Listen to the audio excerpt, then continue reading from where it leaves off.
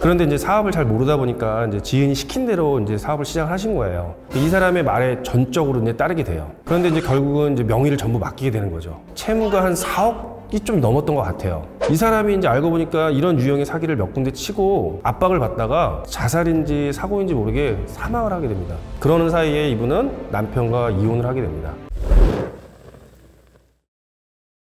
안녕하세요, 회생의 신입니다. 많은 질문들을 하세요. 왜 변호사 사무실마다 답변이 다르다고. 가장 큰 이유는 법률 규정을 잘 모르는 경우이고요. 두 번째는 많은 케이스를 다룬 경험이 부족해서입니다. 세 번째는 법원마다 지침에 따라 진행되기 때문에 기준이 법원마다 다르기 때문입니다. 근본적으로 이제 솔직히 말씀을 드리면 상담하는 분이 법대를 나오지 않았거나 실무 처리를 해본 적이 없기 때문입니다. 그래서 이제 공장형 사무실의 경우는 상담을 해서 사건을 수임하면 서류 직원한테 넘어갑니다. 여기서 이제 문제가 발생하는데요. 서류 작성에서 접수를 하고 보증을 하시는 분과 상담만 하시는 분이 법률적 지식과 실무 경험이 다르기 때문에 상담하는 직원은 사건을 많이 소위 말하는 땡겨야 하기 때문에 문제가 있는 사건 또는 안 되는 사건 그런 거를 무조건 된다고 하고 변호사 사무실에서 이제 알아서 해줄 거라고 사건을 수임을 받습니다. 그런데 이제 실제로 서류 작성하시는 분은 서류를 보고 사실과 이제 다른 것을 발견을 하고 문제가 있는 것을 발견을 합니다. 그리고 이제 의뢰인과 얘기를 하다 보면 의뢰인은 이제 상담사무장이 된다고 했다거나 또는 변호사가 된다고 했는데 당신이 뭔데 안 된다고 하느냐 그러면서 이제 언쟁이 발생하는 거고요. 결론적으로 이제 사건을 걸러내지 못하기 때문에 답변이 다르고 기각 또는 폐지가 나오는 경우입니다. 그러니까 법률 규정만 가지고 한다면 모든 사무실이 이제 같은 답변을 해드려야 되는 게 맞지만 회생파산은 특히 법원의 재량이 많이 작용을 합니다. 그렇기 때문에 케이스마다 다른 거고요. 경험이 부족하면 또 잘못된 답변을 해드리는 겁니다.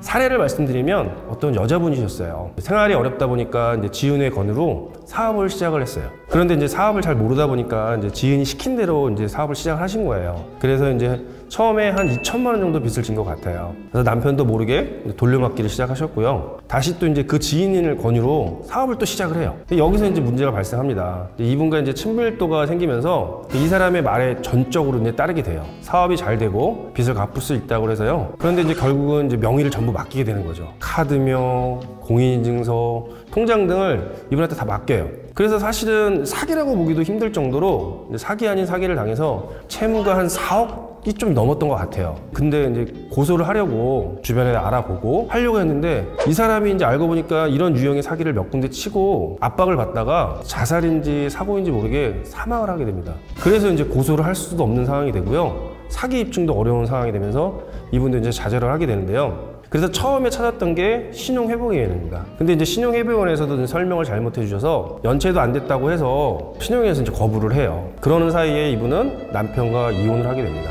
그 다음에 이제 시간이 지나서 법률구조공단 그리고 서울회생법원에서 운영하는 뉴스타트 회생파산센터를 찾아가서 상담을 받게 되는데요. 뭐 혼자서 이제 서류를 준비해야 되는 것들이 많이 있어서 좀 어려움이 있었고요. 그러다가 이제 포기를 하시려고 하다가 법원에서 이제 지정해주는 변호사가 있다고 해요. 또 몇 군데를 찾아가서 상담을 받아보는데 개인회생 신청이 안 될 거라고 말씀을 해주셨대요. 그래서 또 좌절을 하고 있다가 여러 변호사 사무실을 찾아갔는데 회생도 어렵다고 하고 그 다음에 최근에 발생된 뭐 채무라고 해서 파산도 어렵다고 하고 그래서 이제 저희 사무실에서 너무 어려운 나머지 한번 상담을 했어요. 그래서 개인회생 신청을 했고 그 다음에 파산 신청을 했습니다. 근데 파산관제인이라는 거는 이제 법원에서 지정한 사람인데 파산관제인도 그때 당시에 이건 파산이 힘들겠다 막 이런 얘기를 하셨대요. 채권자 수가 한 30군데였고요. 채권 금액이 원금하고 이자가 합쳐져서 7억 한 6천만 원 정도 됐어요. 그래서 저희가 40만 원 곱하기 60개월로 개인회생을 들어갔고요. 개인회생 과정에서 저희가 또 만들어드려서 지금은 파산 면책을 받으셨습니다.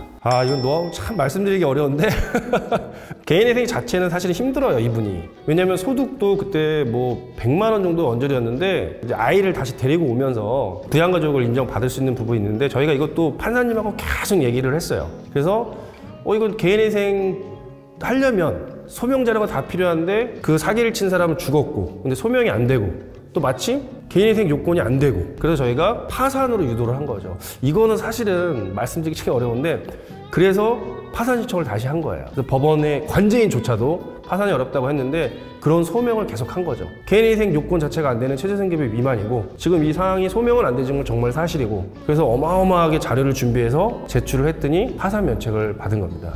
그 파산 면책을 받기 위해서 가장 중요했던 거는 소득 자료도 있고요. 그 다음에 부양가족 아이들 문제, 진술서를 또 제가 말씀드리지만 여러 번 썼고요. 그 다음에 금융거래 자료 이런 걸 쫙 분석을 했어요. 그러니까 이분이 쓰신 게 없는 거예요. 사실 최근에 발생된 채무이지만 쓰신 게 전혀 없는 거예요. 그런 부분들을 분석을 되게 오래 했어요. 이거 사실 뭐 개인회생 파산 누누이 말씀드리지만 200, 300 이렇게 받아갖고 이렇게 해주는 데가 없는데 저희는 그 비용을 떠나서 너무 어렵고 하시니까 계속 분석을 한 거죠. 그러니까 결론이 판사님하고 계속 소통을 통해서 면책을 받은 겁니다. 기분이 너무 좋죠. 그러니까 제가 뭐 돈을 받고 뭐 그런 걸 떠나서 성취감이라는 걸 말할 수가 없습니다. 왜냐면 관제인도 안 된다고 그랬고요. 그 다음에 법원에서 지정해주는 몇몇 변호사들도 안 된다고 했는데 이걸 만들어낸 거잖아요. 그 의뢰인도 물론 저한테 고맙다고 계속 울면서 얘기를 하시지만 저도 너무 기뻐요. 그러니까 왜냐면 어떤 제 열정과 노력을 인정받았다는 기분? 그래서 이런 케이스들이 하나하나 만들어 나갈 때마다 진짜 성취감은 최고입니다. 그러니까 그분의 삶을 제가 어떻게 보면 제기를 시켜드리는 거잖아요. 다 안 된다고 그랬는데 그분의 삶을 제가 만들어 드리는 거에 의해서 그분의 눈빛이 있습니다. 와, 난 이제 살았다. 이 사무실에서 이걸 해결해줬다. 그 눈빛을 봤을 때 저는 막 희열감을 느낍니다. 그래서 어려운 사건, 정말 힘든 사건 그거 있으면은 전화 주십시오. 제가 기꺼이 만들어 드리겠습니다.